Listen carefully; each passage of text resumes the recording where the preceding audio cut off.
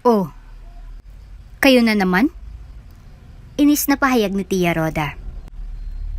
Totoo palang sinasabi ni Inay. Andito na naman kayong mga hampas lupa. Bulyaw ni Jenny.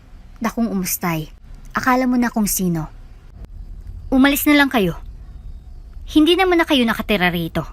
Kaya wala na kayong karapatan para magpakonsulta sa medical mission. Sabi ng matanda.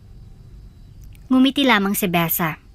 Samantalang nanggagalaiti na sa galit sina Luis at Lena. Maya't maya lang ay dumating ng isang nurse. Doktora, andyan na po pala kayo. Eto na po yung lab coat nyo. Pati ng nurse kay Besa. Kanina pa po naghintay ang mga pasyente. Dagdag pa nito. Bigla na lang nalaglag ang panga ng mag-ina. Di nila akalain na ang kinukutya nilang si Besa ay isa na palang ganap na doktor. Tamak na labandera ang ina ni Besa. Dahil siyang panganay, nakaatang sa kanyang responsibilidad ng pag-aalaga sa kanyang mga nakababatang kapatid.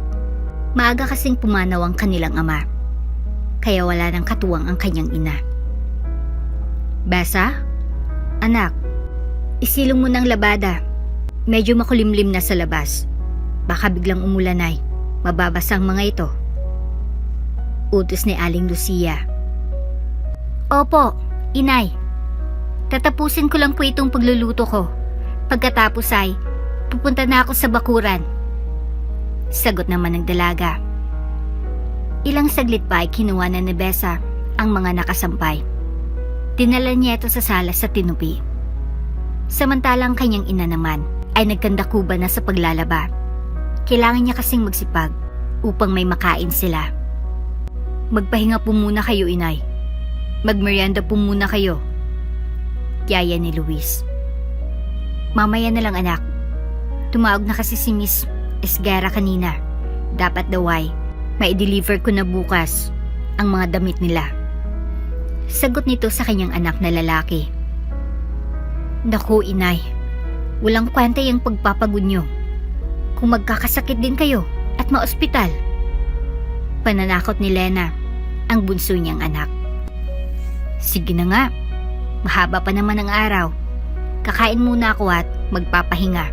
Tapos ay itutuloy ko na lang ito mamaya. Sabi ni Aling Lucia. Dahil sa sobrang pagod, ay panandali ang nakaidlip ang matanda sa salas. Sinamantala naman ito ng magkakapatid. Sila na nagpatuloy sa nilalabhan ng kanilang ina. Si Besa at Lena ang nagkuskus sa mga maruruming damit at si Luis naman ang taga-igib ng tubig mula sa poso. Makaraan ng ilang oras ay tapos na nila ang labada. Hindi muna nila ito isinampay sapagkat nagbabadya ang malakas na ulan. Inay, gising na po kayo. Kumain na po tayo ng hapunan. Bulong na Besa sa ina na kasalukuyang nakahiga sa sofa. Ha? Gabi na? Paanong mga labada ko? Aligagang tanong ni Aling Lucia sa anak. Tapos na po lahat, Inay. Nilabhan na po namin. Ayun po, nasa may gilid ng salas. Sabi ni Lena. Ay nako, nagpagod na naman kayong tatlo. Hinayaan nyo na lang sana na akong tatapos ng mga yan. Sagot ni Aling Lucia. Hayaan nyo naman na tumulong kami. Malalaki na po kami at kaya na po namin gawin yon. Sabi naman ni Luis. Hindi na nakasagot pa ang matanda. Iyakap na lamang niyang tatlo niyang anak habang tumutulo ang luha sa kanyang mga mata. Isa lang naman kasing ibig sabihin ng lahat. Napalaki niya ng tama ang kanyang mga anak. Hindi katulad ng kapatid niyang si Rhoda na ini-spared ang kanyang mga pamangkin. Masarap bang ulam natin, Inay? Tanong na Besa. Oo, parang luto sa karinderya. Pagbibiro ng matanda. Kami po ni ating nagluto niyan. Pagmamalaki naman ni Lena. Ako, si Ate Besa lang naman ang nagluto. Naghiwa ka lang ng karne at mga gulay. Patawang pahayag ni Luis. At least tumulong pa rin ako. Di katulad mo na nag-aantay lang na malutong ulam. Inis na sagot ni Lena. Oh, Tama na yan. Nasa harap kayo ng hapagkainan. Panunuway ng kanilang ina. Pinagsaluhan ng mag-anak ang simple nilang ulam. Ang mahalagay, may nakakain sila araw-araw. Maring Lucia, may maganda akong balita para sa'yo. Sabi ng isa sa mga kumari ng ina ni Besa. Ano yan, Mare? Gulat naman na tanong ni Aling Lucia. Naalala mo pa ba yung educational plan na kinuha mo sa akin ilang taon nang nakakaraan? Oo, Mare. Anong meron? Ngayong taon ng maturity nun, ibig sabihin, maaari mo nang ilabas ang pera na hinulog mo o gamitin ang scholarship ng isa sa mga anak mo, nakasama ng policy. Paliwanag ng kanyang kumari. Ganun ba, Mare? Naku, magandang balita nga yan. Sa susunod na taon kasi ay magtatapos na si Besa. Ang pangarap pa naman niya ay maging isang doktora. Pagkukwento ni Aling Lucia. Aba tamang-tama lang palang educational plan na ito para sa inaanak ko. Laking tuwang sabi ng matandang babae. Tumpak, Mare. Teka nga pala, kailan ko maaaring i-apply para sa scholarship ni Besa, ang educational plan na iyan? Sa June ng taon na ito, Mare. Maaring mo nang kunin ang certificate para sa scholarship. Tapos kapag papasok na sa Besa sa napili niyang universidad, itong ipapakita niya sa accounting department para wala na siyang babayarang matrikula at miscellaneous. Sige, Mare. Abiso na lang ko pag malapit ng takdang araw. Oo naman. Kukontakin kita at sasamahan sa aming opisina para dito. Paano, Mare? Ako ay alis muna at may mga bibilin pa ako sa palengke. Paalam ni Aling Lucia. Okay, Mare. Ingat ka na lang dyan hanggang sa susunod nating pagkikita. Sagot naman ng kumari niya. Tuwang-tuwa si Aling Lucia sa narinig niyang balita mula sa kanyang kumari. Ngayon ay panatag ng loob niya ukol sa pag-aaral ni Besa sa kolehiyo. Kapag nakatapos naman kasi ang kanyang panganay, ay siya nang bahala sa dalawa niyang kapatid. Mabilis na lumipas ang mga buwan at araw. Ngunit habang nangyayari ito ay unti-unti namang nanghinang pangangatawan ni Aling Lucia. Nararamdaman niya na baka din na siya magtatagal. Kaya't minabuti na lang niya nalapitan ng kanyang kapatid na si Rhoda upang ipaalam ang tungkol sa educational plan na malapit na mag-mature. Aba ate, maganda niyang naisip mo para kay Besa. At least secured ang pag-aaral niya sa kolehiyo.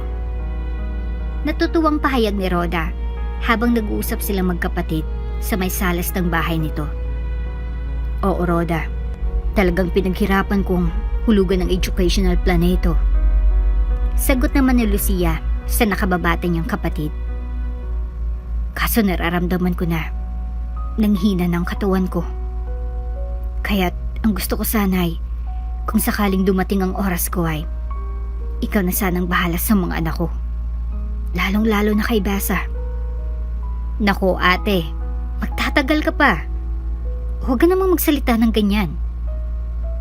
May papangako mo ba sa akin na aalagaan mong mga pamangkin mo? Oo naman ate, pangako. Mas maigi nga sana kung pahawak mo na sa akin ng certificate na katibayan sa educational plan ni Besa. Sa ganitong pamamaraan ay makakasiguro ka na magiging okay ang lahat tungkol sa mga anak mo. Gustuhin ko man, Rhoda, ay hindi ko magagawa. Mas maigi na lang siguro na itago ko ito at ibili na lamang ang kinalalagyan nito kay Besa. Anong ibig sabihin ate? Wala ka bang tiwala na iingatan ko ito? Hindi naman sa ganun, Rhoda. Siyempre, ang bagay na yun maliban sa bahay at lupa na naipundar ng yuma akong asawa, ang tanging may pamamana ko sa aking mga anak. Kaya dapat ko itong ingatan. Sige ate, kung yan ang sa tingin mong makakabuti, diyon na lang gawin mo. Sa bagay, sino ba naman ako para magtago ng educational plan na yan? May tinig ng paninisi sabi ni Rhoda. Huwag sana sumama ang loob mo, Rhoda. Bagkusay, matuwa ka pa nga. At sa'yo ko ipinagkakatiwalang aking mga anak. Naintindihan ko naman ate. At anong pangungumbinsi ang gawin ni Rhoda ay di niya talaga mapapayag ang kanyang ate Lucia na sa kanya ipagkatiwalang educational plan ni Besa. Matalino kasing ate niya. Alam niyang pag-ugali ng kanyang kapatid. May pagkatuso ito at sigurado siya na gagamitin lang niyang educational plan na yon para sa kanyang anak. Ilang buwan ang lumipas. Nagkasakit ng malubhas si Aling Lucia. Inalagaan siya ng kanyang mga anak. Subalit hanggang doon na lamang ang kanyang itatagal.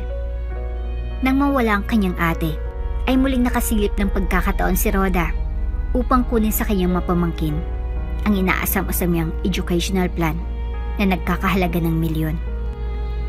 Besa, ibinilin sa akin ng yumao mong ina na ako na lang daw ang bahala sa educational plan na kinuha niya para sa'yo. Alam mo ba kung saan niya tinago ang policy nito? Tanong ni Rhoda sa kanyang pamangkin. Nako tita, walang naibilin sa akin si inay tungkol dyan, kaya't wala po akong ideya kung nasan ito. Ito nga po at aburido ako kung paano ako magpapatuloy ng pag-aaral. 10 ng aking mga kapatid. Paliwanag ni Besa. Ganun ba? Sayang naman yun. Malaki pa naman ang halaga nun. Mari ka nang makatapos sa kolehiyo at matutulungan mo pa sina Lena at Luis sa kanilang pag-aaral. Hayaan niyo tita, kapag nalaman ko kung nasan ito ay ipapaalam ko agad ito sa inyo. Paniniguro ni Besa. Sige iha, siguraduhin mo na sa akin mo lang sasabihin. Kasi sa laki ng halaga na nakapaloob rito ay maari yung pang-interesa ng iba. Opo tita, makakasiguro po kayo. Tuluyan nang umalis si Rhoda pagkatapos nilang mag-usap ni Besa. Ate, sasabihin mo ba talaga sa kanya kung nasaan ang educational plan mo? Usisa ni Lena. Hindi ano. Matinupang pag-iisip ko. Alam ko naman ang totoong dahilan kung bakit interesado si Tita Rhoda sa educational plan ko. Nabanggit yun ni inay sa akin. Tama yung naisip mo ate. Para yun sa kinabukasan natin kaya't nagpakahirap si inay. Nahulugan yon habang siya'y nabubuhay. Sabad naman ni Luis. Makaraang ilang linggo ay wala pa ring balita si Rhoda ukol sa educational plan ng pamangkin. Nainip na ito kaya siya na mismong gumawa ng paraan upang magkaroon siya ng pagkakataon na maghalugog sa bahay ng kanyang mga pamangkin. Besa, iya. Bati nito nang tinawagan niyang pamangkin. Ano po yun tita? Magiliw na sagot ng kanyang pamangkin. Kamusta na kayo ng mga kapatid mo? Okay lang naman po kami. Nakakaraos araw-araw maski papaano. Nahanap mo na ba yung educational plan mo? Malapit na kasi ang pasukan. Sayang naman kung di mo ito magagamit. Hindi pa po tita. Sumasakit nga pong ulo namin sa kakahanap. Ganun ba? Gusto niyo bang tulungan ko kayo kasamang pinsan mo? Naku, huwag na po. Nakakahiya naman kasi maabala po kayo. Pamangkin, okay lang sa akin. Naging mabait naman ang inay mo sa akin. Isipin mo na lang na tulong ko na yan sa inyo. Hayaan niyo na po tita. Pag-isipan ko muna. Then sabihan ko po kayo agad kung anong desisyon ko. Sige iha. Ingat na lang kayong magkakapatid dyan. Nang maibabanan ng tita niyang telepono, ay napaisip ng malalim si Besa. Saan nga kaya nilagay ng inay niya ang educational plan niya? Tama naman kasing sinabi ng tita Rhoda niya, ilang buwan na lang ay pasukan na. Kapag di niya yun nahanap ay malamang di na siya makapag-aral sa taon na ito. Nasa ganong pagmumuni-muni si Besa nang bigla siyang may marinig na masamang balita sa radyo. Ayon dito, isang malakas na bagyong nagngangalang Nika ang nakaambang manalasa sa kanilang probinsya. Taglay nito ang malalakas na hangin at ulan. Luis, halika nga rito. Tawag ni Besa sa kanyang kapatid na lalaki. Ano yun ate? Pasigaw nitong tanong habang naglalakad siya papalapit rito. May paparating na malakas na bagyo. Akyatin mo nga ang ating bubungan at tignan mo kung anong maaari mong gawin para hindi ito ilipad. Mariin na utos niya. Opo ate, magbibihis lang po ako saglit. Tapos ay aakyat na ako. Ilang saglit lang ay nasa taas na ng bahay nila ang binata. Nagdala ito ng mga bato at lumang gulong upang ipatong sa mga yero. Nang matapos siya roon, ay tinali naman niya ang mga poste ng kanilang tirahan para masiguro na dito lilipa rin ang bagyong sinika. Lena, halika at samahan mo ako mamili sa may tindahan. Mabuti na yung may kaunti tayong nakaimbak na pagkain. Sige po ate. Sagot naman ng kapatid niyang babae. Kinagabihan ay nanalasa na nga ang bagyong Nika sa kanilang barangay. Maraming tahanan na nasira at bagamat na paghandaan nilang magkakapatid ang pagdating nito ay may bahagi ng kanilang tahanan ang nasira. Ang dingding ng kwarto ng kanilang yumaong ina ay bigla na lang natumba. Luma na kasi ito. Kahit anong pagtali na gawin ni Luis ay nabuwal pa rin ito sa ninang malalakas na hangin at ulan. Mabuti na lang at isang araw lang na minsal ang bagyo. Kinabukasan ay bumalik ng panahon sa dati. Ate! Ate! May nakita akong plastic envelope na nahulog mula sa nasirang dingding. Tarantang pagbabalita ni Lena. Plastic envelope? Asan? Dalhin mo nga rito? Utos ni Besa. Eto po ate, napansin ko yan sa sahig habang ako'y nagwawalis. Tinignang mabuti ng dalagang laman ng envelope. Doon niya napansin ng animoy mga mahalagang dokumento. Isa-isa niyang nilatag sa mesa ang mga ito upang mabusisi niya ito. Doon niya na napansin ang isang certificate. Nang basahin niya ito ay laking tuwa niya sapagkat yung papel na yon ay ang pagpapatunay ng pagmamayari niya ng educational plan na binayaran ng kanyang inay. Lena, nahanap ko na! Nahanap ko ng educational plan ko! Sigaw niya.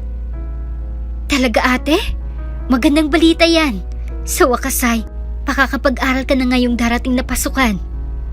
Sang-ayon naman ni Lena. Oo, makakaraos na rin tayo sa kahirapan. Tama ka dyan, Ate Besa.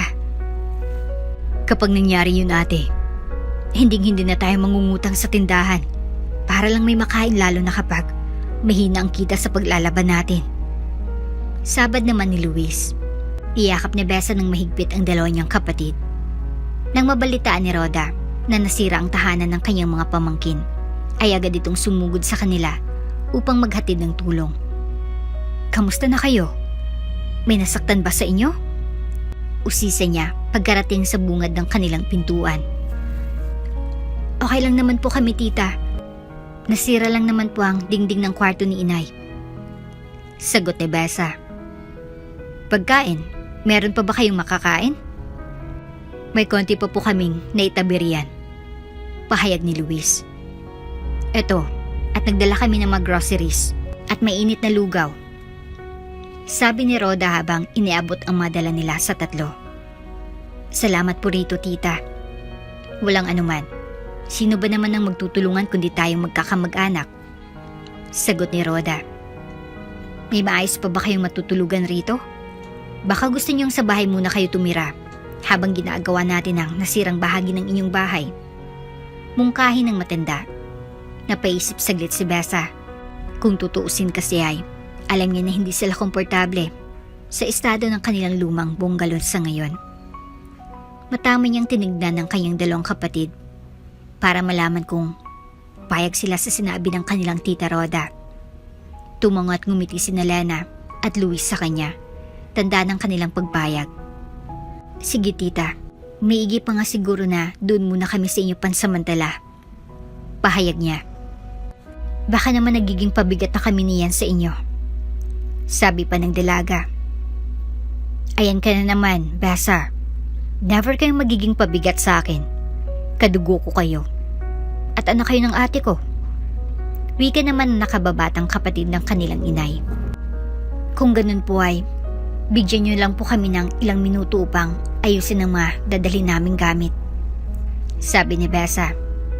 Take your time. Hindi naman kami nagmamadali. Lilibot muna ako sa bahay upang makita ang iba pang nasira. Okay po tita.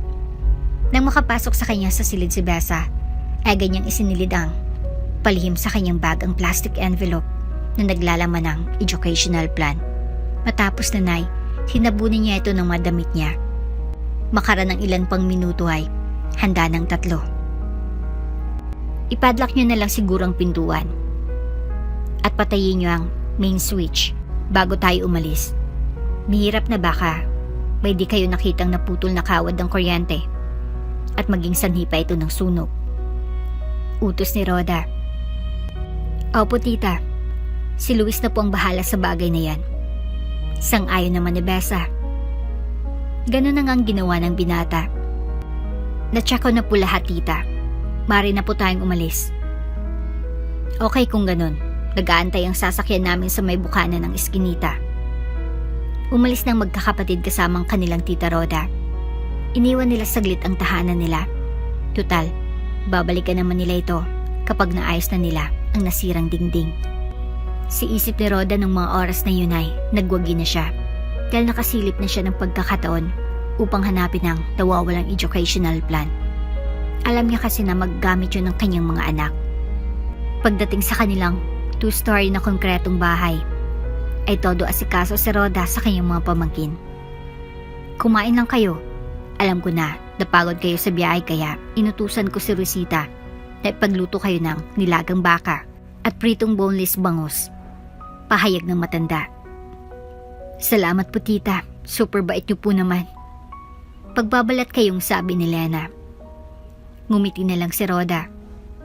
Sige, kumain lang kayo. Maliit na bagay lang yan kumpara sa makukuha ko sa inyo. Bulong niya sa kanyang sarili habang nakatitig siya sa 3. Naabala naman sa pagkain ng tanghalian. Nagpunta sa salas ang 3 upang manood ng telebisyon. Dahil sa sobrang pagod, nakatulog sila. Ito ng pagkakataon para bumalik ni Rhoda sa kanilang bahay. Bilisan mo Gary, kailangan nating makarating doon agad. Utos ni Rhoda sa kanyang driver. Yes ma'am, masusunod po. Sagot naman ito. Tinapakan ni Gary ang accelerator ng kotse upang lalo itong bumilis. Dahil magaling siya, nakaiwas sila sa traffic. At agad na nakarating sa tahanan ni Besa. Bumaba ka ng sasakyan at tulungan mo ako sa gagawin ko.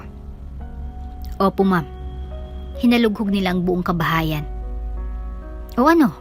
Nahanap mo na ba yung educational plan? Tanong ni Rhoda sa kanyang tauhan.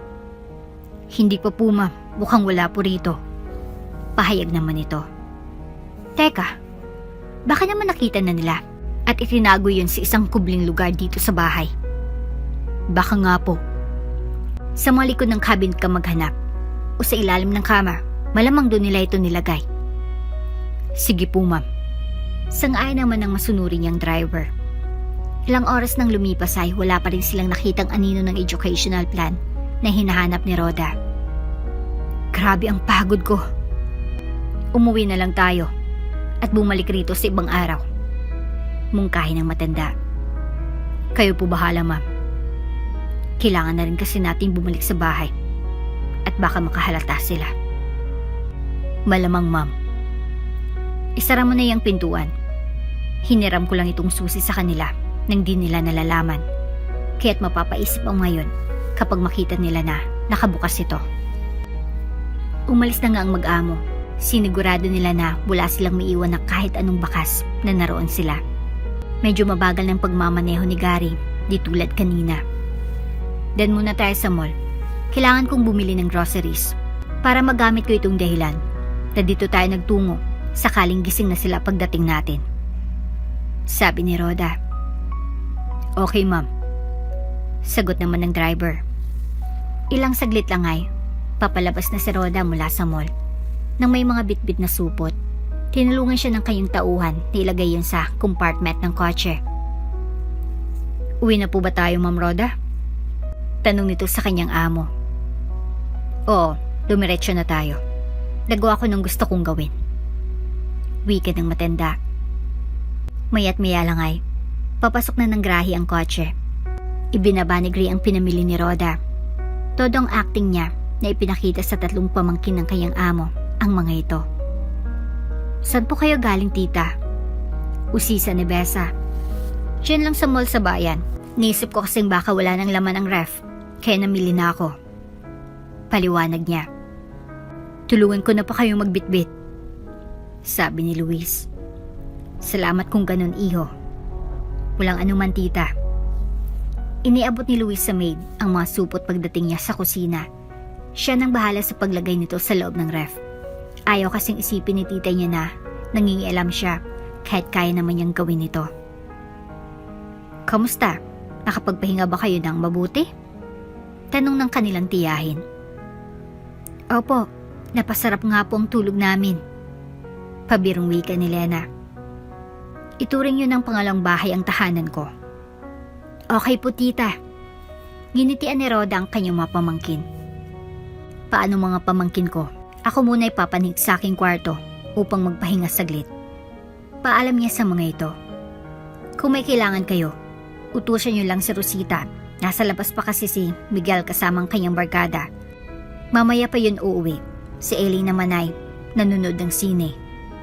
Sabi pa niya. Okay lang po kami rito, tita. Kami na pong bahala sa mga sarili namin. Salamat po. Pahayag naman na Besa. Nang makita nila na nakapasok na ng kwarto niya ang kanilang tita at ang maid naman ay abala sa kusina, nag-usap ang tatlong magkakapatid. Akala siguro ni Tita Roday, maluloko niya tayo. Sabi ni Besa. Halatang halata ko sa mga kilos niya na pilit niyang pinagtatakpan kung saan siya nanggaling kanina. Tugtong naman ni Lena. Sigurado akong galing siya sa bungalow natin. Malalaman ko rin ito bukas pagbalik ko roon upang kumpunin ang mga nasira.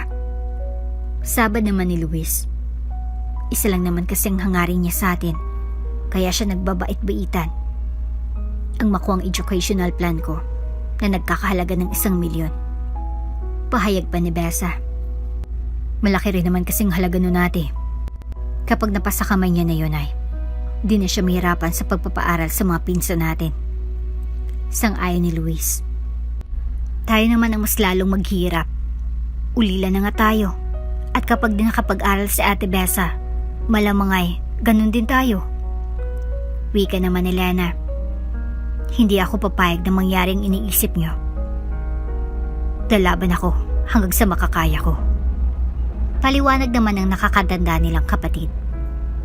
Halina nga kayo at tulungan natin si Aling Rosita sa magawain sa kusina. Nakakaya naman sa kanya kung asa tayong parang mga amo niya. Yaya ni Besa kina Luis at Lena. Tumayo ng tatlo at pinuntahan ng maid. Ano pong iluluto niyo para sa hapunan, manang? Usisa ni Lena. Sinigang na hipon ang gusto ni Ma'am at embutido. Sagot naman ng katulong. Tulungan na po namin kayo sa paghanda ng mga ito. Mungkay ni Besa. Naku, huwag na ma'am. Nakakahiya po sa inyo. Tutol naman ni Rosita. Manang, malalaki na po kami. Hindi na po kami bata para upo lang dyan sa tabi at walang gagawin. Sabi naman ni Luis. Kayo po bahala. Kung yan po ang nais nyo. Pasasalamat ng matandang katulong. Naturo ang mabuti ni Lucia ang kanyang mga anak. Hanggang sa pagtanday, dala-dala nila ang magagandang asal na iminulat niya sa kanilang mga murang isipan. Ibang-iba sila sa kanilang mga pinsan na walang alam gawin kundi ang maglakwatsa. Makaraan ng ilang oras ay taghain ng tatlong magkakapatid. Tapos nanay, kinatok nila ang kanilang Tita Roda sa kanyang kwarto. Tita? Tita, luto na pong hapunan. Halina po kayo.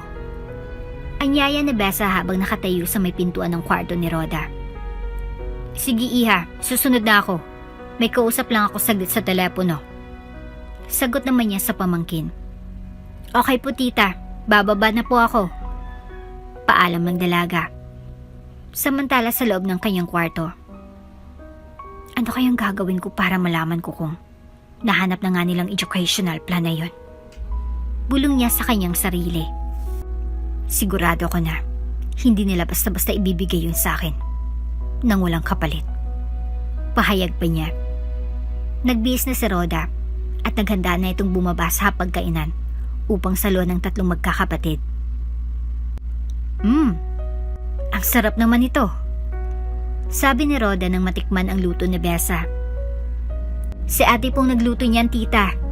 Tinulungan niya si Manang. Buong pagmamalaki na pahayag ni Lena. Talaga? Magaling ka palang magluto. Manang-mana ka nga sa nasira mong ina. Bati naman ang matanda. Salamat po at nagustuhan niyo. Akala ko kasi ay sobran ko ang nilagay kong sampalok. Sagot naman ng dalaga. Pwedeng-pwede ka nang maging chef sa isang mamahaling restaurant. Pambobola naman ang kanyang tiyahin. Hindi pa naman po siguro ako ganun kagaling. Pagpapakumbaba ni Besa. Maniwala ka, Iha. Bagay sa iyong maging world-class na cook. Sabi pa ng kanyang tita Roda. Todo bola si Roda sa kanyang pamangkin na si Besa. Kailangan niya kasing kunin ang loob nito upang ibigay nito ang bagay na kailangan niya. Sa totoo lang ay, hindi ko gustong lasa ng niluto mo. Pinasasakay lang kita at ang mga kapatid mo. Kapag nakuha ko ng bagay na inaasam-asam ko sa'yo, ay talsik ka na sa akin. Kaya't enjoy the moment while you can. Nakangising bulong nito sa kanyang sarili. Napaniwala ng matanda ang kanyang pamangkin na magandang hangarin niya. Kaya't tinagtagalay, unti-unti nang nagtitiwala ang mga ito sa kanyang sinasabi. Tita, babalik na po kami sa aming bahay. Salamat po sa pagpapatira rito sa amin. Sabi ni Besa. Bakit parang nagmamadali kayong bumalik? Sigurado ba kayo na safe ng tirahan ang tahanan nyo? Nag-aalalang tanong nito. Opo, nais ko naman po ang lahat ng nasira ng mga nakarang araw. Sagot naman ni Luis. Okay, kung yun ang pasya nyo, hindi naman kalabisan para sa akin na dito pa kayo hanggat sa gusto nyo. Pahayag pa ng kanilang tita Roda. Isang matamis na ngiti lamang ang itinugo ni Besa. Basta't mag-iingat na lang kayo lagi ha. Alam niyo naman na kayo lang ang mga kaisa-isa kong mga pamangkin. Bilin pa nito habang papalabas ng mga bata sa gate. Hindi na nagpahatid ang mga ito kay Gary.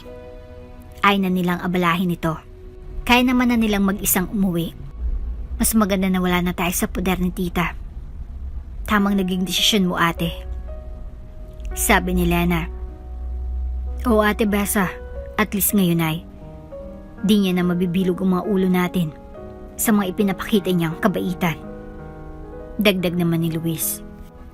Sa palagay ko ay di naman talagang totoong masamang tao si tita. Nadadala lang siya ng pagnanais niya na bigyan ng magandang kinabukasan ang kanyang mga anak. Katulad ni inay.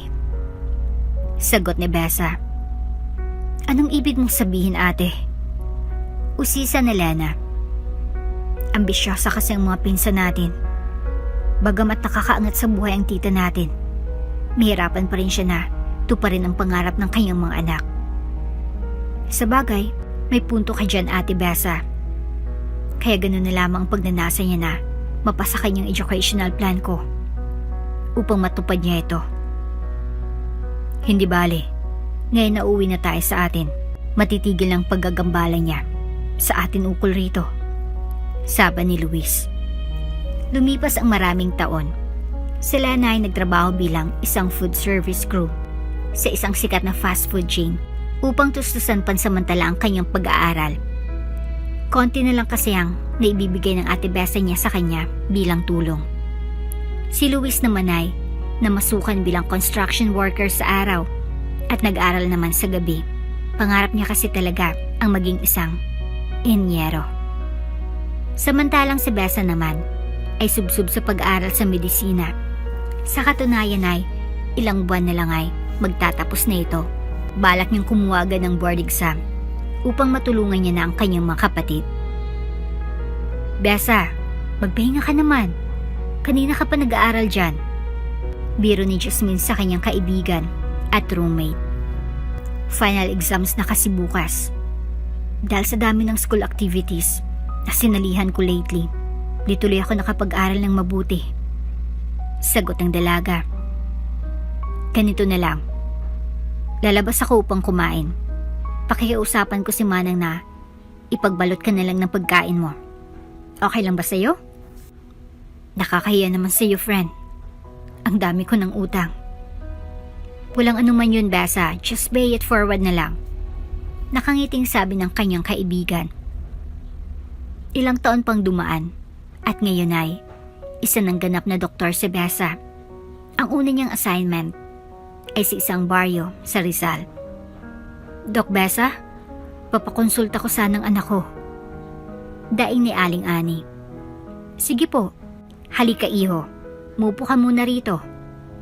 Pahayag ng magandang doktora. Anong masakit sa'yo?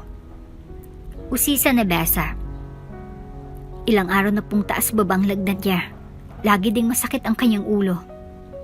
Tugon ng kanyang ina. Ganun po ba? May pinapainom po ba kayong gamot sa kanya? Opo. Ito po yung gamot, doktora.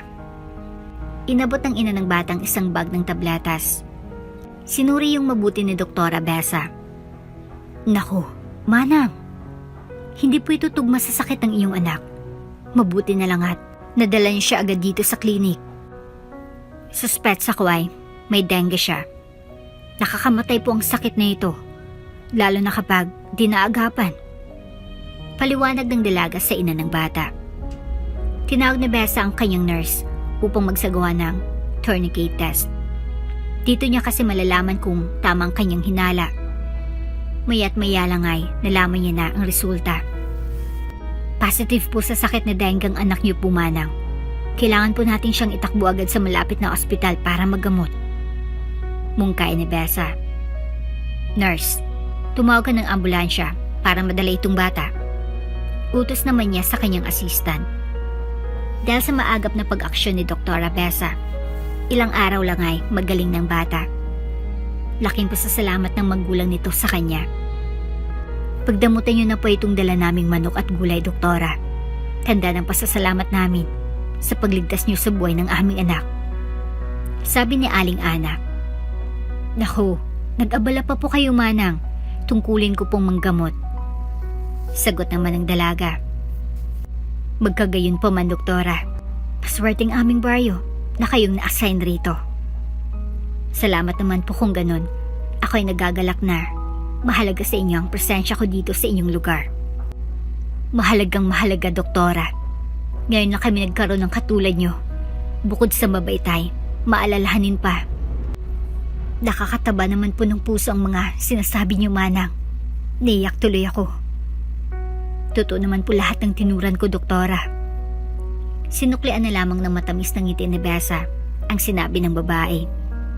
Ramdam na ramdam niya ang pagmamahal ng mga taga-roon sa kanya. Halos araw-araw ay pinapadalan siya ng mga ito ng prutas o mga alagang hayop para daw may makain siya. Mabigat tuloy ang kanyang dibdib ang magpaalam sa kanila. Oo, magaling na doktor din ang papalit sa kanya. Ngunit alam niya na parang pamilya ng turing sa kanya doon. Kailangan ko nang sabihin kay Kapitan na aalis na ako. Malamang na tatanggi siya at gagawin niyang lahat upang pigilan ako. Subalit bunang pa siya ko. Kwento niya sa kanyang nurse, isang umaga na kumakain sila ng almusal. Nakakalungkot naman niyang pahayag niyo, Doktora. Talaga bang aalis na kayo? At iwan niyo na ako rito? May pagtatampong sabi ng nurse. Kung ikaw nasa kalagayan ko ay mahirapan ka rin magpasya. Matagal ko nang tinimbang ang lahat. Mas malaking oportunidad ang naghintay sa akin kapag nag-ibang bansa ako. Wala naman talaga akong magagawa, Doktora. Kung yan na nga ang pasyon nyo, good luck na lang po sa susunod yung paglalakbay. Magaling po kayo at sure ako na mas lalo kayong magtatagumpay. Sang-ayon naman ng kanyang assistant. Siya, tama na itong kadramahan na ito. Baka umagang umagay, mag-iyak tayong dalawa rito. Pabirong sabi ni Besa. Pagkatapos kumain ng agahan, ay nagtungo si Besa sa barangay hall. Medyo may kalayuan ng bayan mula sa kanilang klinika, kaya nagpasama na lamang siya sa kanyang nurse. Nang makarating doon ay, agad na kinausap ng magandang doktora, ang kapitan ng barangay, na may sakop sa bayo ng kanyang klinika. Magandang umaga po, Kapitan. Magilaw na bati niya rito. Oh, Doktora, kayo po pala. Ano pang may paglilingkod ko sa inyo? Usisa naman ito. May mahalagang bagay lang po sana akong sasabihin sa inyo. Ano po yun? May pangailangan po ba kayo sa inyong klinika sa baryo? Wala naman po. Mangyari lang po sana na ako ay magpapaalam na sa inyo. Alis na po kasi ako sa susunod na buwan. Ha? Bakit naman, doktora? Hindi po ba kayo nagustuhan sa lugar namin? May nanggugulo po ba sa inyo? Mababait pong mga taga rito, Kapitan. Mabigat nga pong loob ko na lisanin ang lugar na ito dahil napamahal na rin sila sa akin. Ganun po ba? Bakit alis po kayo? Kailangan ko na po kasing pumunta ng ibang bansa. Hindi naman lingid siguro sa inyong kaalaman na mas malaki ang sahod doon kaysa dito sa Pinas. Kung sa bagay, Doktoray, tutoy ang pahayag nyo. Masakit man isipin na marami sa mga katulad nyo ang nag-iibang bansa kaysa piliin na tulungan ng kanilang mga kababayan. Subalit, di natin sila masisisi. May mga pinag-aaral pa po kasi akong mga kapatid ko. May pangako ko sa kanila na kapag ako'y isa ng ganap na doktora, sila naman ang tutulungan ko upang makamit nila ang kanilang mga pangarap sa buhay. Abay, napakabait nyo naman palang kapatid, doktora. Kung ganun ay, di ko na kayo pipigilan sa iyong pasya. Salamat po sa paglilingkod sa aming baryo. Karangalan ko, Kapitan, ng pagsilbihan ng inyong mga barangay. Asahan niyo po na bago ako umalis ay maayos kong ito turn over sa aking kahalili lahat ng mga gamit sa klinika. Muli, maraming salamat, Doktora Besa. Tumayo ang kapitan mula sa kanyang kinaupuan at kinamayan niya ang dalaga. Nilisan na ng dalawa ang barangay hall. Matapos makapagpaalam si Besa sa kapitan, mga ilang minuto din ang paglalakbay ng kanilang ginugol bago nila muling marating ang kanilang klinika. Makarating lang linggo ay dumating ng doktor na papalit kay Doktora Besa. Isa itong gwapong binata. Good morning, Doktora. I'm Doc Rafael. Ako po yung pinadala ng Department of Health bilang kahalili nyo. Bati nito. Oh, welcome sa aming munting klinika, Doc. Nakangiting sagot ng dalaga. Panandali ang natigilan ng binata nang lumingon sa kanya si Besa. Nabighani ito sa angkin niyang kagandahan. Thank you. Mabuti naman at maaga kang dumating, Doc. At least marami pa akong maituturo sa'yo bago ako umalis. Oo. Naisip ko kasi na malayo itong baryo nyo. Kaya mas maganda na masanay muna akong mabuti bago man lang tayo magkahiwalay. Sagot naman ito habang tinatapunan ng malalagkit na titig ang dalaga. Kung ganun ay, pasasamahan muna kita sa aking nurse para alam mo kung saan ang ating sleeping and dining quarters. Okay, Doc. Nanghinang sabi ng lalaking doktor. Nang araw ding yun ay, sinimula na ni Dr. Besa na sanayin si Doc Rafael sa mga gawain sa klinika. Halos dilubayan ng tingin ng binata ang dalaga. Talagang na love at first sight ito sa kanya. Nang ilang sandaling magkasarili na ng nurse at Doc Besa ay, tinukso niya ito. Ikaw, Doc, ha? Aalis ka na nga. May iwan ka pa ritong manliligaw. Patawang sabi ng assistant niya. Huwag ka nga magsalita ng ganyan. Mamaya marinig ka niya. Panunuway ng dalaga. Bakit po? May magagalit po ba kung hangaan ka niya? Wala naman. Oh, ganun po pala. E di malayo siya na ligawan ka. Ay nako, hindi yan pinunta niya rito. Siyang papalit sa akin kaya dapat niyang matutunan lahat ng ginagawa ko. Naiinis na pahayag niya habang mabilis niya na iniwan ang kanyang nurse. May gusto ka rin sa kanya, doktora? Ha? Wala. Maring pagtanggi niya sa sinabi ng nurse. Aminin mo na po, tayo lang naman po ang nandito. Isa pa, di po ako marites, kaya di rin niya malalaman. Oo na. May lihim na rin akong pagtingin sa kanya. Ang gwapo niya kasi. Pag-amin ni Besa. Kita mo na po, aamin din po kayo ay. Ang dami niyo pang pakipot. Ni ayaw pang aminin eh, halata naman. Patawang wika ng nurse. Bumalik ka na lang nga sa ginagawa mo, nurse. Huwag ang love life ko ang pag-aksiyan mo ng oras. Kunwaring inis na utos niya rito. Maya't maya lang ay, nilapitan na Besa si Doc Rafael. May nais kasi itong ikonsulta tungkol sa isang pasyente. Lalo lang kinilig ang nurse nang makita silang dalawang nag-uusap. Mabilis na dumaan ang mga araw. Panahon na upang umalis ni Doktora Besa. I need to go. Naituro ko naman sa'yo lahat siguro lahat ng dapat mong malaman. Paalam niya kay Doc Rafael. Hindi pa lahat, Doktora. May nakaligtaan ka. Sagot naman ito. Ano naman yun? Nakalimutan mo. Turo ng puso ko na huwag mag-alala. Wala akong panahon para sa mga ganyan, Doc. Ang asikasuhin ay ang mga pasyente natin. Sigurado ka ba na kaya mo akong iwanan rito nang hindi mo lang sinasagot ang tibok ng puso ko? Tama na nga yan. Nakangiti niyang wika. Aminin mo sa akin na wala kang gusto sa akin. At ngayon mismo ay titigil na ako. Pagbabanta ng doktor. Oops, may break muna. Gusto mo ba ma-shoutout dito sa channel ni Ate Jane? Mag-comment lang ng lesson you learned from the latest story uploaded. Dahil pipili kami ng isang best comment of the day para i-shoutout sa susunod na upload. Kaya huwag kalimutang mag-iwan ng lesson you learned after you watch this video. Maraming salamat! Oo na. Mahal na kita. Pag-amin ni Besa. Talaga? Totoo ba yan? Yes. That's why it saddens me to leave you here. Huwag kang mag-alala, Besa. Ang puso ko ay iyo lamang. Lumipas man ang mahabang panahon. Kapag nagkita tayo ay ikaw pa rin ang nilalaman nito. Ganyan naman lahat ng sinasabi niyong mga lalaki. You are all the same. Ibahin mo ako, Doktora Besa. I know how to keep my word. Naging magkasintahan ang dalawa bago nilisan na Besa ang klinikang yon sa baryo.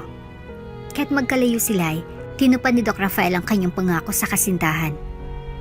Malungkot ang buhay sa ibang bansa. Tanging pag-uusap nila ng doktor ang nagsilbing lakas ni Besa upang magpatuloy.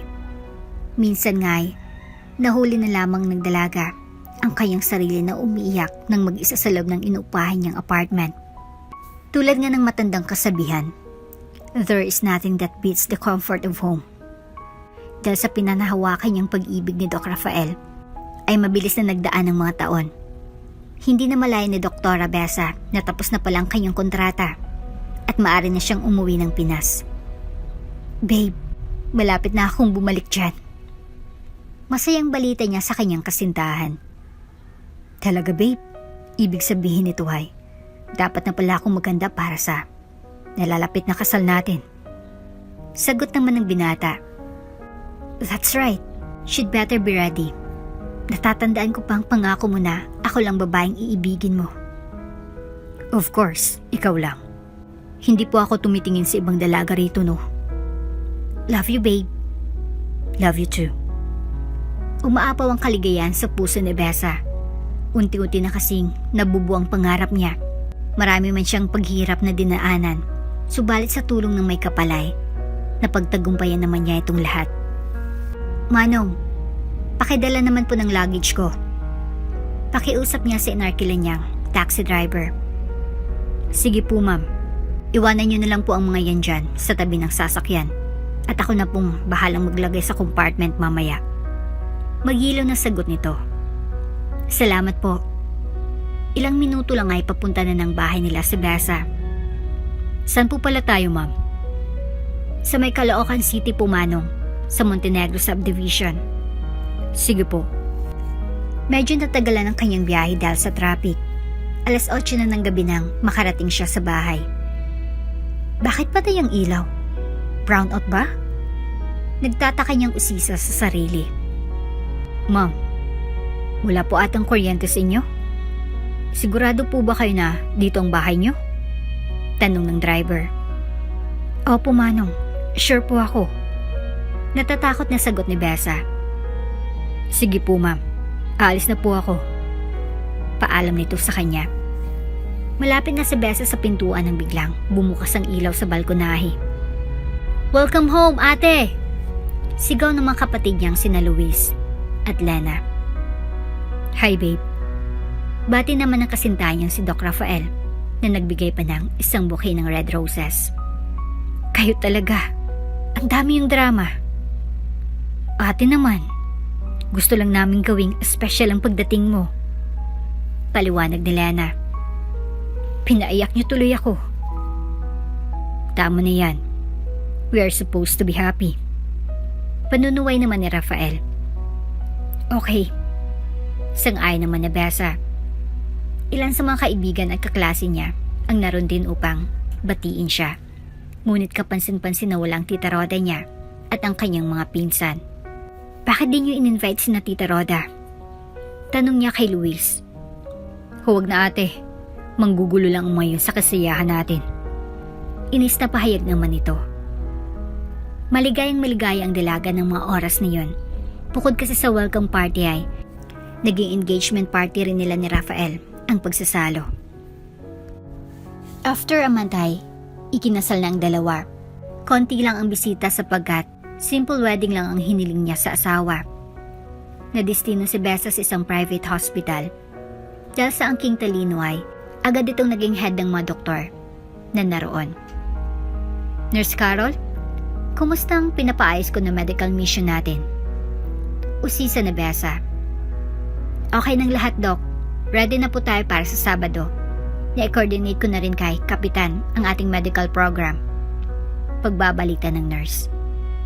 Great. I expect na maging handa ang lahat para sa gagawin natin. Magandang paraan nito upang mas lalong makilala ang ating ospital.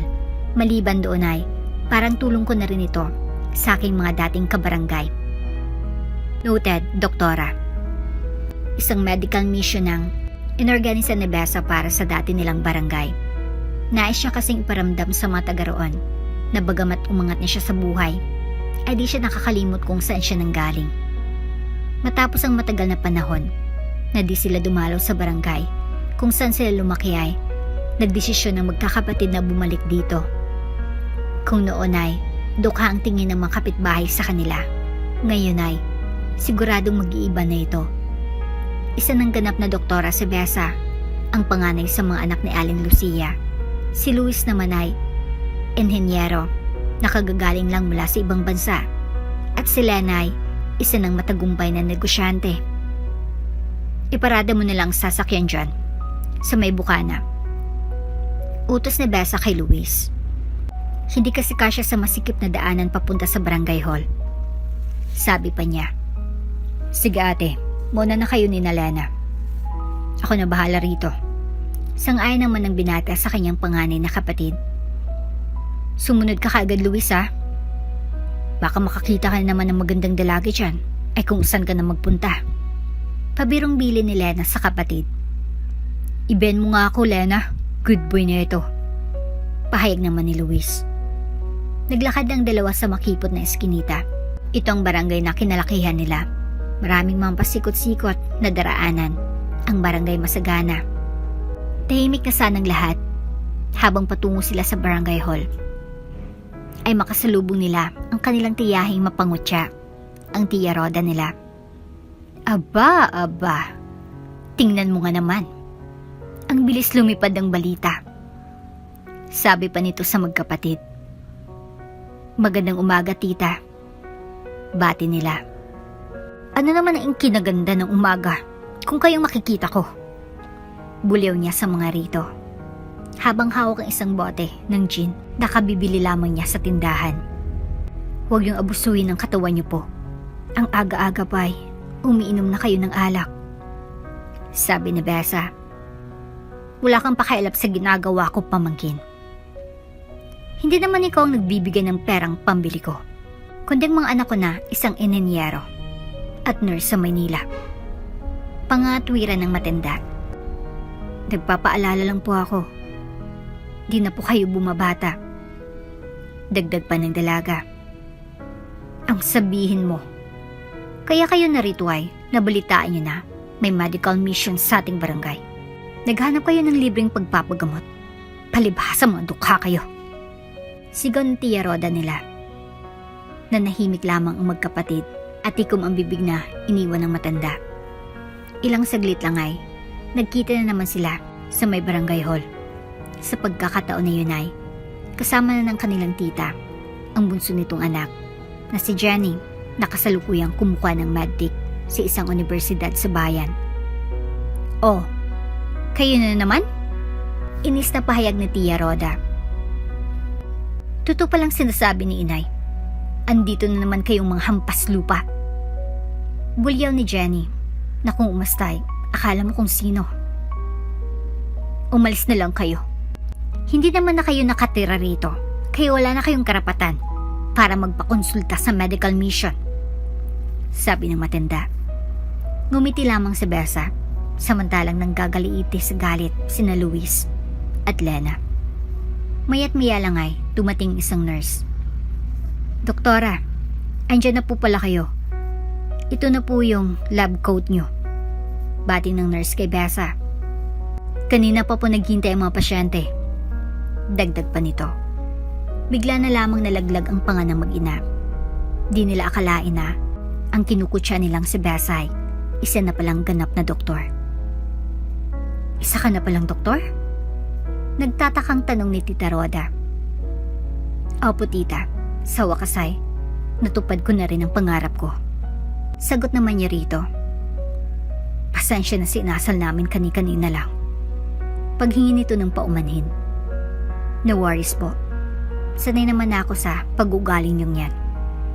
Maangas naman ang pahayag ng dalaga. Sige po. Papasok na po ako sa loob. Naghihintay na po kasi ang aking mga pasyente. Iniwan ni Besa ang kanyang tita sa labas ng lugar kung saan ginaganap ang medical mission. Wala na siyang pakialam. Kung isipin nito na bastos siya, deserve niya ito matapos ng lahat ng ginawa niya sa kanila. Ang galing mo kanina ate ah. Sabi ni Lena.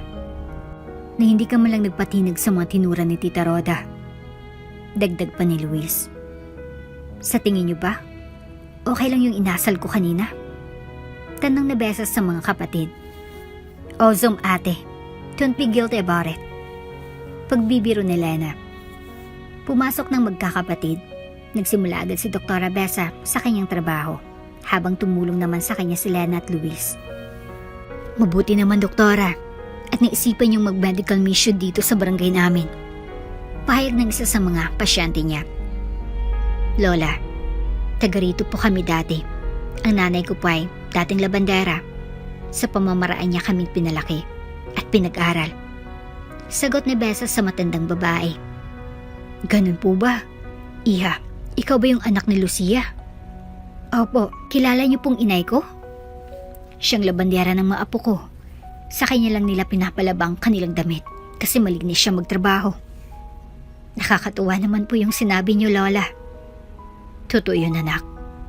Huwara na labanderang yung inay.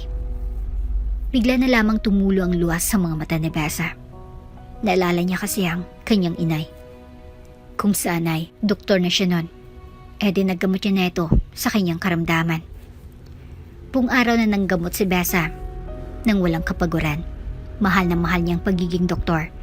Itong matagal niya ng pangarap simula nung siya'y bata pa. Anong gusto mong maging paglaki mo? Tanong ng kanyang inay Lucia. Doktor po inay. Walang pag-aatubiling sagot niya. Bakit naman doktor? Para po akong manggagamot sa inyo at mga kapatid ko kapag nagkasakit kayo.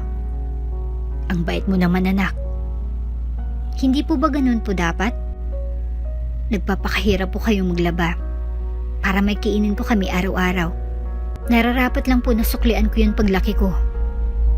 Tama ka dyan, Besa.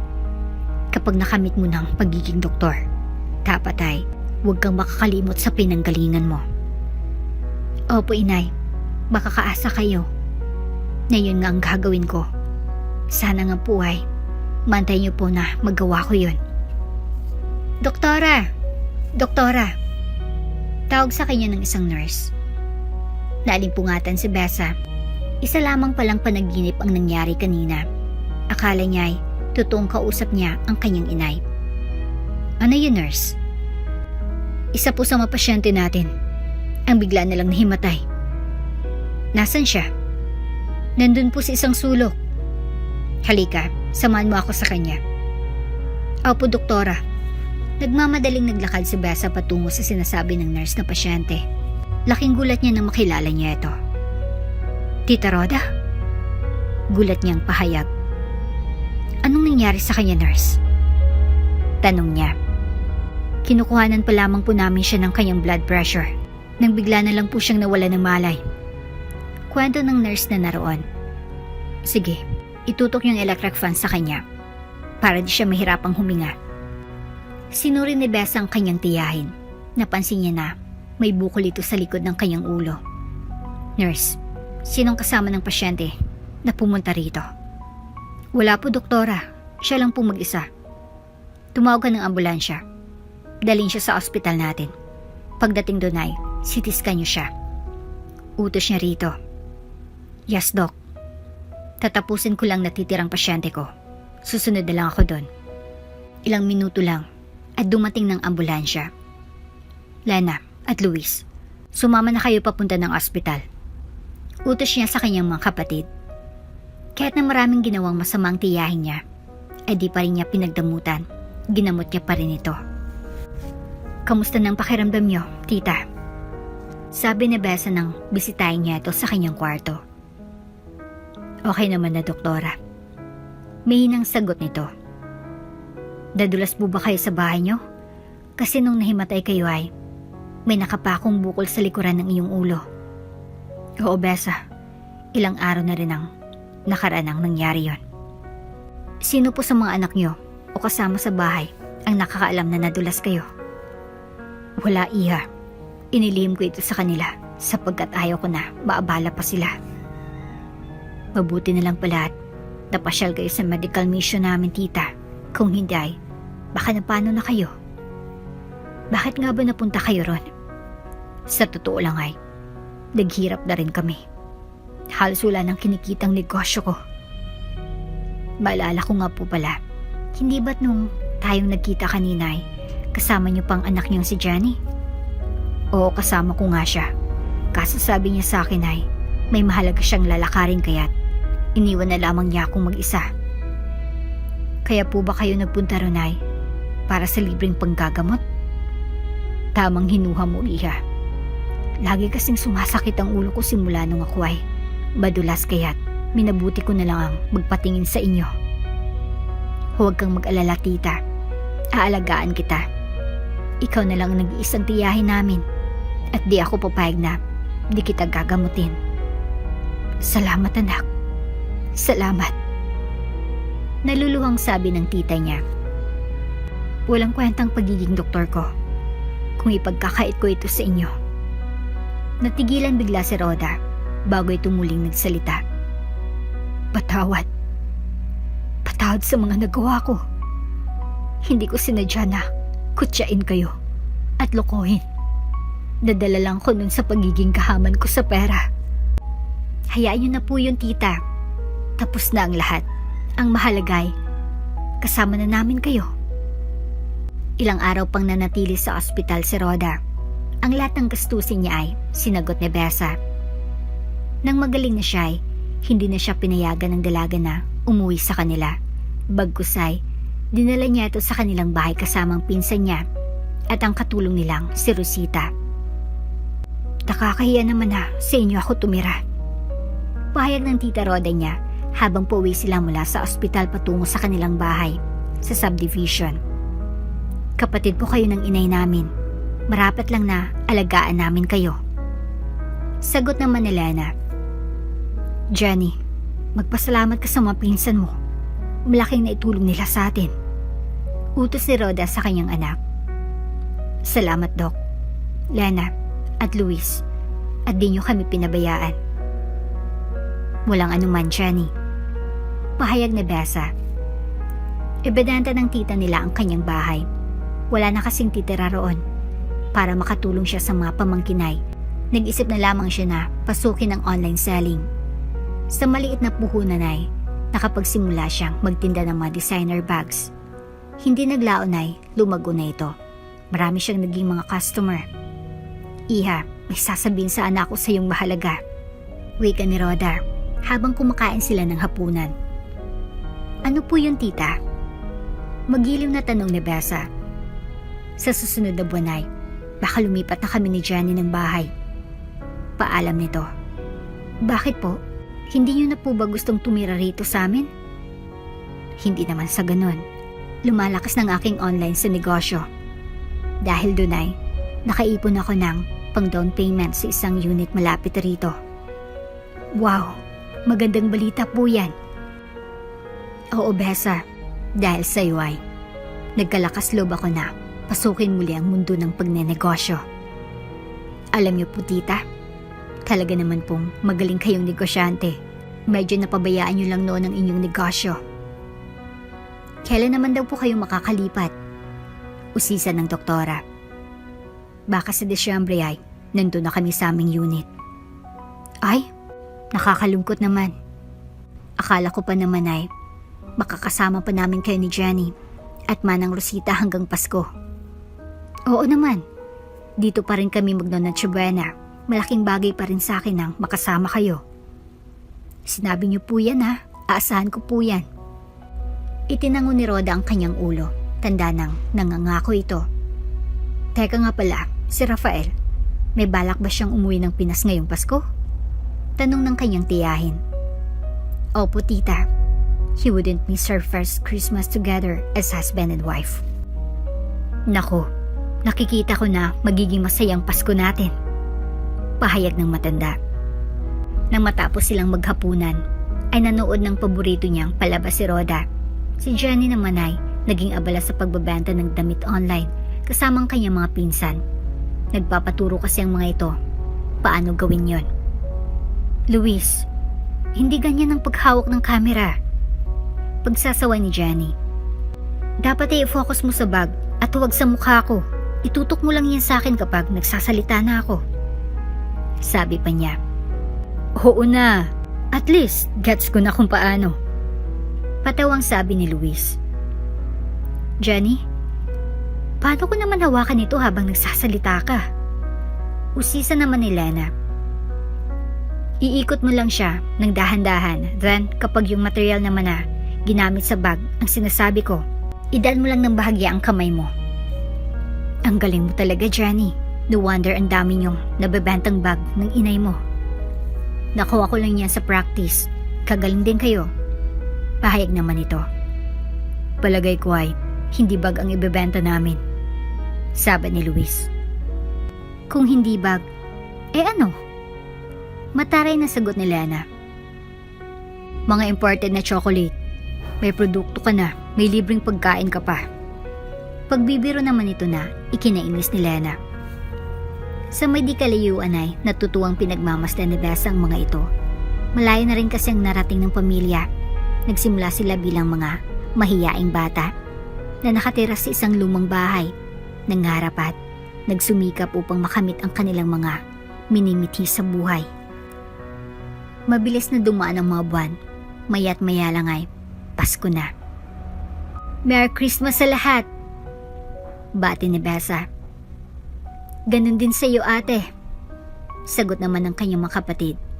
At si Jenny. Salamat sa mga regalo ko. Saba naman ni Tita Roda. Halina kayo, kumain na po tayo. Yaya ni Rafael. Opo, nahinda na po ni Manang Rosita ang hapagkainan. Pagsaluhan na natin ang munting handa namin para sa Noche Buena. Sabi ni Besa. Manang, samahan niyo po kami. Bahagi na po kayo ng pamilyang ito. Maupo na po kayo dyan sa isang silya. Dagdag pa ng magandang doktora. Bago pala tayo kumain ay, may ibabalita kami ni Rafael. Ano yun, ate? Excited na tanong ni Luis. Magkakaanak na kami. Pagbabalita ni Besa. Talaga? Ate? Paniniguro ni Lena. Oo, magkakaroon na kayo ng pamangkin na aalagaan. Pabirong sagot ni Rafael. Nako, napakagandang balita nga yan. Sabi pa ni Luis. Maligayang lahat sa hapagkainan. 1 taon na naman ang lumipas. Nang mga sumunod na buwan ay naging makabuluhan para kay Besa. Dala niya na kasi sa kanyang sinapupunan ang preba ng pagmamahalan nilang mag-asawa. Si Rafael naman ay todo kahit sa ibang bansa. Halos di na ito nagpapahinga para lang makaipon para sa panganganak ng kanyang misis. Hello babe, malapit ka na ba uling umuwi ng Pinas? Usisa na Besa sa asawa. Nakapagpaalam na ako sa aking boss, pero di ko pa alam kung papayag siya. Sagot naman ni Rafael. Kabuhanan ko na kasi. Baka bigla na lang akong manganak. Ang gusto ko ay nasa tabi kita habang nangyayari yon. Huwag kang mag-alala babe. Darating ako. Pangako mo yan ha? Paniniguro ni Besa. Kailan ba ako di tumupad sa pangako ko? Tanong naman ng asawa niyang lalaki. Makaranang ilang linggo ay nakabalik na ng Pinas si Rafael. Eksakto naman na pagdating niya sa bahay nila ay manganganak na si Besa. Para bang inantay lamang siya ng kanilang anak. Dito ka lang sa tabi ko babe. Dito ka lang. Sigaw ng kanyang misis habang dinadala ito sa delivery room. Yes Besa, hindi ako aalis. Paniniyak naman niya. Maya't maya lang ay isang malusog na lalaking sanggol ang iniluwal ng doktora. Maputi ito at matangos ang ilong. Ang mata niya ay may pagkakahawig si Inay Lucia niya. Hindi magkamayos sa tuwa sina Luis at Lena. Sa akin niya nakuha ang pagiging gwapo. Pahayag ni Luis. Mata naman ang namana niya sa akin. Sabi naman ni Lena. Tumigil lang kayong dalawa dyan. Paanong sa inyo nagmamana si baby? Hindi naman kayong magulang. Pagbibiro ni Roda. Siyempre, mga tito at tita niya kami. Masayang sagot naman ni Luis. Ilang oras lang ay nasa recovery room na si Besa. Dahil pumayag siya na sa breastfeeding ang bata. Kinakailangan niyang pumunta ng nursery para mapadede ito. Naniniwala kasi siya na mas maigi ang gatas ng ina, mas lulusog ang bata, at malalayo ito sa sakit. Isa na ngayong ganap na ina ang dati ay mapangaraping dalaga. Katulad na rin siya ng kanyang inay at tita Roda. Mararanasan na rin niya ang mapasakit na dinaanan nila upang maitaguyod ang kanilang mga anak. Ang kaibahan nga lang ay nasa tabi niya ng asawa niyang si Rafael, kaagapi sa kahit anong bagay. Ang pagiging inay pangarap ng maraming babae, ngunit hindi lahat ay may kakayahan na magkaroon ng anak. Maswerte si Besa sapagkat hindi lang siya isang doktora, kundi isang ina sa isang malusog na sanggol. Lumipas ang 1 taon ay nagdiwang ng unang kaarawan niya ang kanilang anak na si Miguel. Isang magarbong handaan ang ibinigay ng mag-asawa sa kanya bilang pasasalamat sa puong may kapal na walang sawa nitong pagbibigay sa kanila ng biyaya. At dito na nga po nagtatapos ang ating kwento. Hanggang sa muli. Shoutout nga pala kay Merlylin. Ang sabi niya, Good afternoon, Ate Jane. Thanks a lot for upload another inspiring, amazing, and beautiful story. I enjoyed listening to your nice stories. Maraming salamat! Bago ka pa lang sa channel neto, ibang kwento ni Ate Jane, istorya mo, ikwento ko. Huwag kalimutang pindutin ang notification bell at subscribe button.